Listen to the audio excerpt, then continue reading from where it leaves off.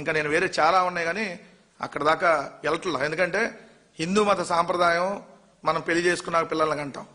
మరి నేను అందుకని డెప్త్కి వెళ్ళట్లేదు కానీ మళ్ళీ ఏడుస్తారు కాబట్టి. సో దీనికి ముందు నువ్వు సమాధానం చెప్పని పవన్ కళ్యాణ్ అడుగుతా ఉన్నా.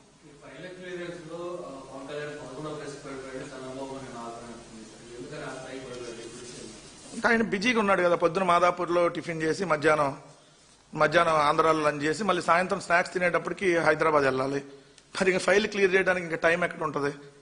దట్టు మళ్ళీ ఇప్పుడు ఆయన ఎవరో రాసిచ్చిన స్క్రిప్ట్ని గబగబా చదవాలి, దానికే టైం ఉండదు. ఇంకా ఫైల్ క్లియర్ చేయడానికి టైం ఎక్కడ ఉంటుంది?